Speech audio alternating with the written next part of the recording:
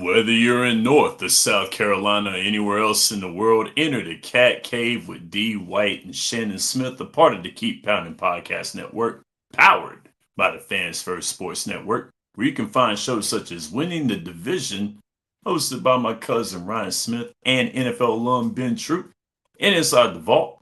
Also, to make sure you're logged into the Believe Network to watch Believe in Panthers with founder of Tobacco Sports Radio, Desmond Johnson, and the all-time leader in rushing for the Carolina Panthers, Jonathan Stewart. Everybody, welcome to the Cat Cave. We're here to discuss some Panthers football. Of course, you're joined by Shannon Smith, a.k.a. Podcast Smitty, holding down Western North Carolina, and I've got the beast from the Northeast North Carolina, Pasquotank County's own D. White. My brother, how you doing, man? Could be better. Could be eating gumbo, but we missed out. Yeah, and we are going to get into that. Of course, we're going to talk about this past Sunday, and we're going to get ourselves ready for the next one that we have coming up for this weekend. We will see the Atlanta Falcons on this coming Sunday. Unfortunately, we got to cover the rough stuff here, and the rough stuff, unfortunately, is a shortcoming. Definitely a shortcoming as our Panthers fall to 5-5, back to 500 after losing to the New Orleans Saints 17-7 on this past Sunday. Was able to watch this game, of course, wasn't working that Sunday, which was a good thing. But not so good, of course, with the Panthers falling by 10 points. So breaking down this game, there are some obvious things that we have to discuss here with what the Panthers have done. But D, I'm going to go ahead and open up the floor to you, my friend. Your overall thoughts of this game? Respectfully, catastrophic failure. There is no way we should lose to the team that's last in our division when we just beat a team that was first in theirs. It's too much up and down. It's too much of a roller coaster. I mean, I'm a Bryce lover. Didn't have a great game. I'm a JC Horn super fan, like lover. Didn't have a good game. Run defense. Didn't have a good game. T-Mac got 60 yards. That was great. Rico Dowdle, 53. Scored the only touchdown. This game was just off. Excuse me. This game's off. And there's no other way to put it other than we played with our food. We could have been riding high, 2 games over 5. Well, no, 1 game, however many games over 500. It would have been 2. But we let ourselves down. We played to the level of another team that we shouldn't have let be in this game. But our offensive line couldn't do anything. Our defensive line didn't seem like they could do anything. Our cornerbacks, our best quarterback, one of them might have been a pass interference, but our best cornerback didn't have the best game. Our quarterback, our running back, our receiver, nobody had a great game, and it showed. That's all I got. I definitely understand. Rough feelings from this game here. Going into this game, of course, Carolina was riding high with a 5-4 record, above 500 going into this game. And of course, all the talks we had all week has just been very optimistic talk looking like this was going to be a matchup that was catered to the Panthers, but unfortunately it was not. And I got to echo that with you on that one, D. I was very disappointed with the output of the way of this squad. We were a totally different team from last week, winning a game that you weren't expecting to win with Green Bay and then going and not getting it done against a team that you're supposed to. That is something that is very frustrating. Great teams, good teams do not do that. They killed the ants with the sledgehammer. Carolina did not do that. So, with all that being said, the Saints did what the Saints do. They were a party crash. They know that they don't have much for playoff success. They don't have much for going to the playoffs. Well, why not do what teams that are not going to be going for a playoff do? And that's knock off teams that are. So with this happening right here, D, what's more frustrating? The games that you're supposed to win and you don't, or winning the games or losing the games that you shouldn't? Losing the games you should. This is, I don't want to say it was a slam dunk. It was clearly a game that we talked about before that they can't get complacent because, I mean, we're just not that good yet. And that's exactly what happened. And now, technically, we're on a losing streak against a team that really wants to beat us because we beat them 30-0. So, what are we supposed to do now if our confidence ain't as high now because we spent a whole week not playing up to our level or practicing to our level, and now we got this team that to me is really our only rival. The Falcons are like our best only rival to me. We're going against them. Is this a away game? It is. We're going against them at home. Mm. Mad that we beat them 30-0. Mm. This is something's got to give, and that's being as good as possible. Something has to give because there's no way in hell we're going to beat this team 30-0 again. Not the way we just played against the worst team in our division, probably the worst team in football right now. Absolutely. Because the thing about it is, though, we get into these division games, and this is what we have to look at as the Panthers, is they have to understand the division is tough for everybody. If you looked around the league last week, there were division games all over the place. And these division games, winning the division is the main thing. You have to win your division. Like winning your division is automatically getting you into the playoffs. Winning your division is very, very important. So, of course, these division games are going to be tougher. Detroit, as good as Detroit is, they have to take initiative this week with Minnesota. Also, too, with the Steelers, they have to take initiative with the Ravens. They look at what happened with Miami. Miami blew the doors off of Buffalo, and they were not supposed to do that. Blew the doors off of Buffalo. It was bad. 30-13 was the score. So if this season teaches you anything, any given Sunday is definitely what it is. And this to me was exactly what it was for the Saints. It was any given Sunday. They had a Sunday. They showed up on a Sunday. They ended up winning. Tyler Shook had a good game. We were talking about he was the guy that was picked over Shedeur Sanders. And in this game, he showed why he should have been. Because he ended up putting 2 touchdowns, putting in the end zone twice. Something that Bryce did not do on the passing end. Something that Rico Dowdle got the lone touchdown in this game. And it was a drive, a very good drive getting into the end zone and striking blood first. After that, 17 unanswered points. Unacceptable from the offense and from the defense. You pointed out the only bright spot of this game, Tedor McMillan. That was the only bright spot of the offense there. Only bright spot. So, of course, have to be careful with this. We have to make sure that this squad that we have gets ourselves ready for the division because Atlanta's coming up. Then, of course, San Francisco after that. And of course, see Tampa Bay twice. Got to see the Saints one more time. So this is going to be interesting on what Carolina can do. Now, when it comes down to what happened in the second half, with Carolina basically just not being able to score, leaving the defense on an island. Then, of course, the exploitation of the passing game.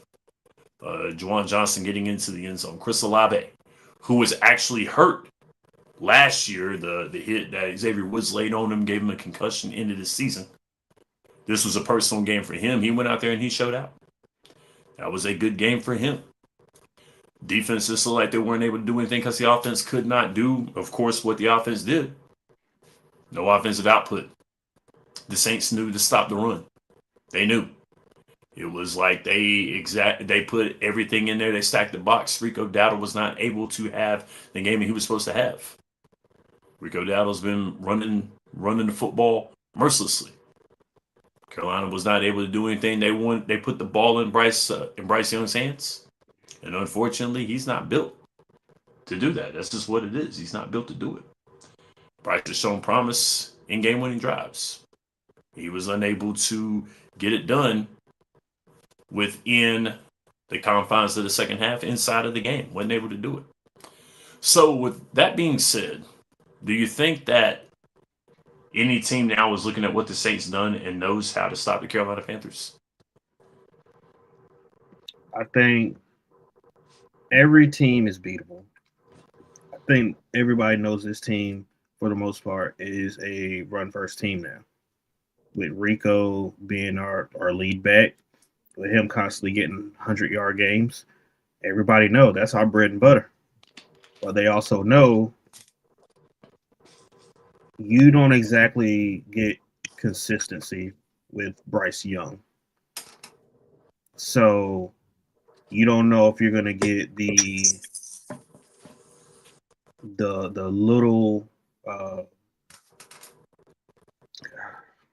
can't even think of his name. You don't know if you're going to get the little Peyton Manning that they hype him up as when he's going good, or if you're getting the bad end of a Jameis Winston down game.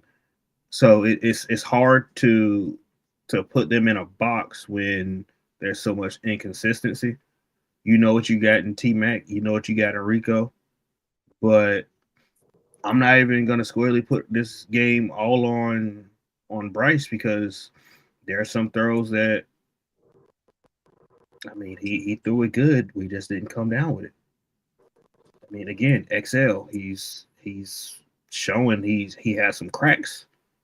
I mean, Bryce was 17 for 25? Yes. That's still pretty good. But I mean, he can't do it all on his own. He did have one fumble? Yep. A pretty costly one. But he had one fumble, one interception. I don't want to put the whole thing on him, but I mean, we can't keep seeing this one really good game, one decent game, and then a terrible game.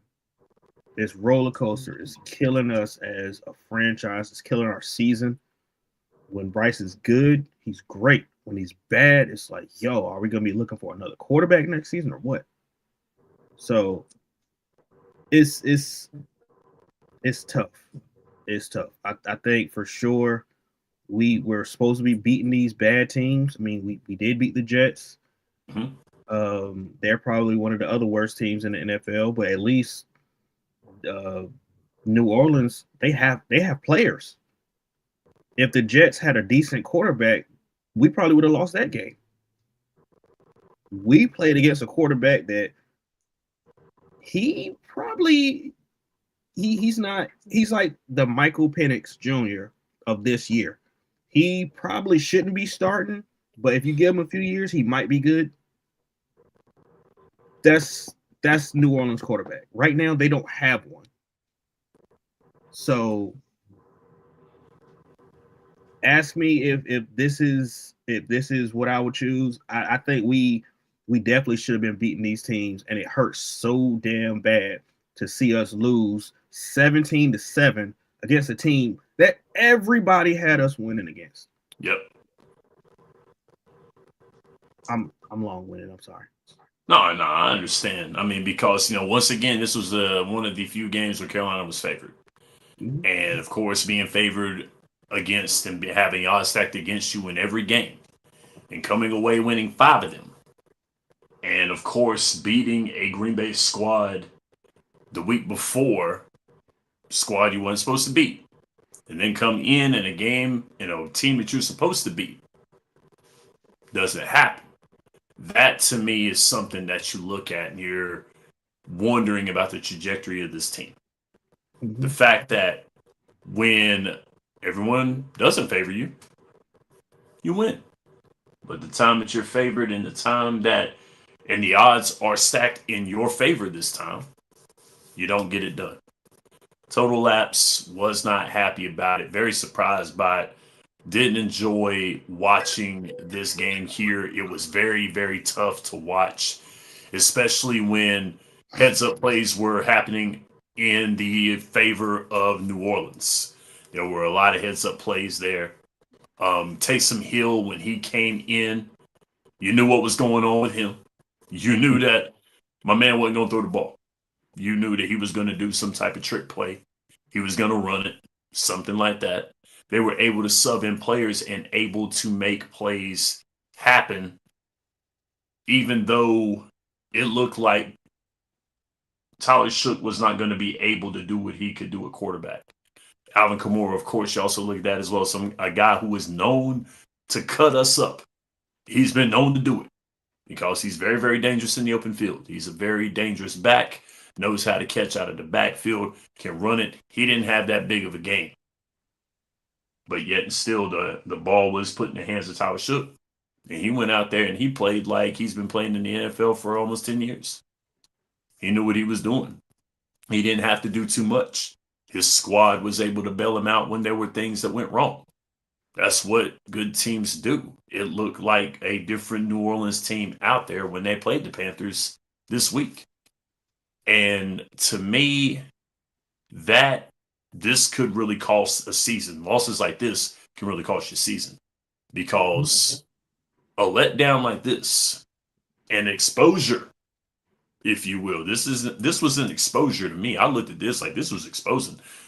Everyone knew that, of course, Carolina was a running team.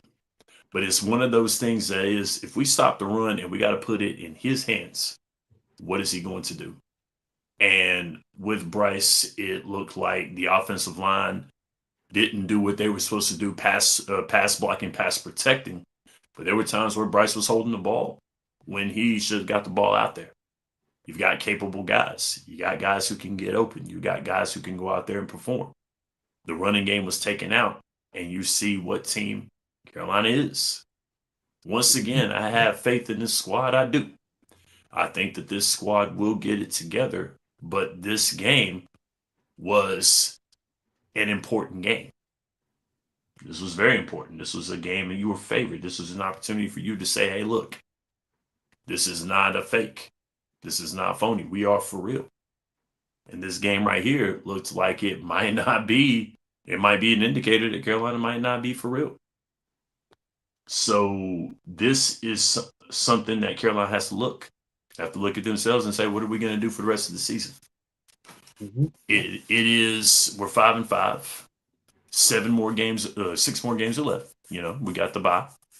We got a bye coming up, and this is going to be important when we go in and we play the Atlanta Falcons, and we are going to go ahead and go from this game. Let's go from it.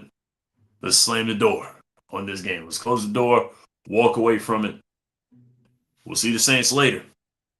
This time around, it is going to be the Atlanta Falcons that Carolina sees again. And of course, just like you said, this game was one of those games that many thought Carolina was not going to win. And they did the opposite. It was a 30-0 win, 30-0 shutout. Carolina got a shutout, very first shutout in a long time. The defense was starting to show how good they were. But to me, Atlanta showed me ill of their ability to put their ball in the hands of their playmakers. Do you think that this game right here that they had with Carolina, do you think that was a wake up call for Atlanta, considering the fact of how their offense is playing right now? I think it's a wake up call because nobody really respects Carolina. It was one of those, oh, we're playing the Panthers, we should win, and they got surprised, and we went to actually ball for a change. It's not going to be the same this time. They are home. They want revenge. They've been playing pretty decently. I mean, I thought they were going to win the last game they played. Oh, yeah. So now we're playing a pissed off team that's in our division that for the last few years has been spanking us. They want revenge. They want to get that gut punch because we're doing good and they're 3-6. And I mean, if you listen to other fans or other people in the NFL, they could easily have our record. We could easily have theirs. Definitely. So I'm expecting them to come out swinging. I'm expecting them to come out blitzing and doing some quarterback contains, and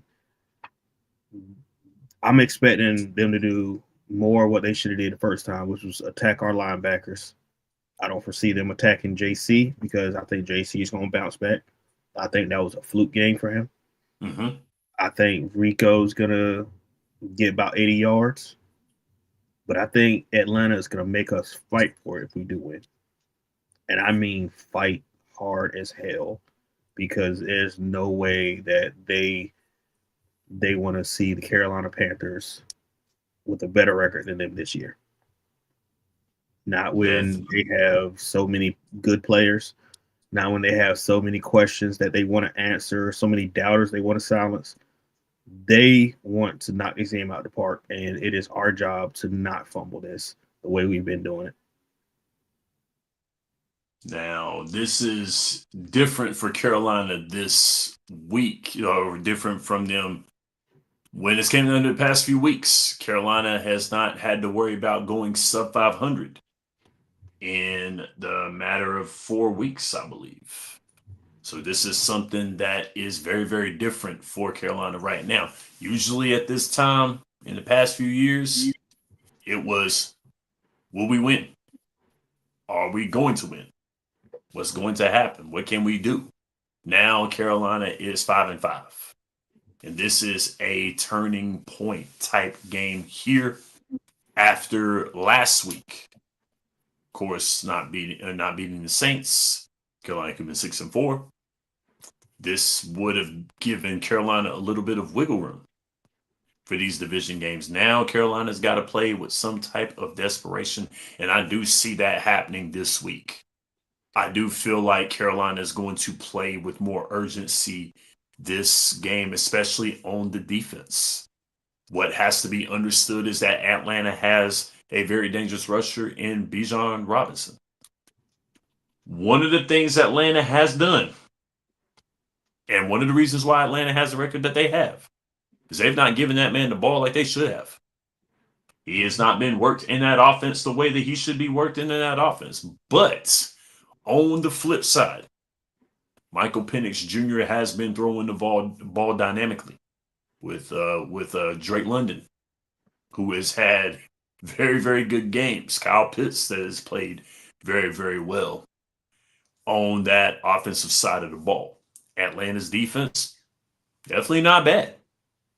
So this is going to be an interesting game. I do feel like Carolina will contain the run, and that's something that they will need to do.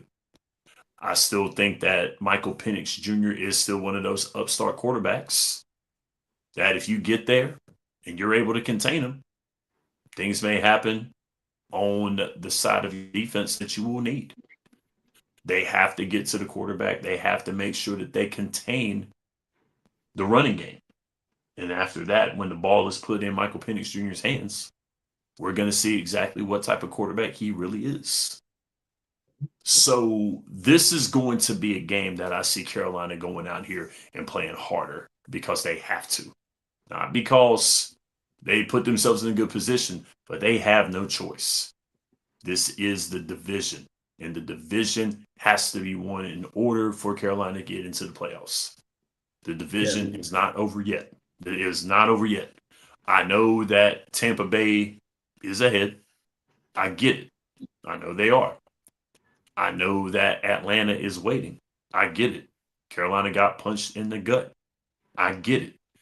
But at the end of the day, you figure out who you are when things like this happen. So seeing Atlanta, this is the last time Carolina will see Atlanta this year. And this is something that they have to close the book on. They'll see the Saints again. Great. They'll see Tampa Bay twice. This is going to be an opportunity for Carolina to turn this around. Can they make this happen? But the thing about it is, it's going to be tougher because now they have to beat Atlanta. They have to beat the Saints. And they have to beat Tampa Bay twice in order to do something to win this division.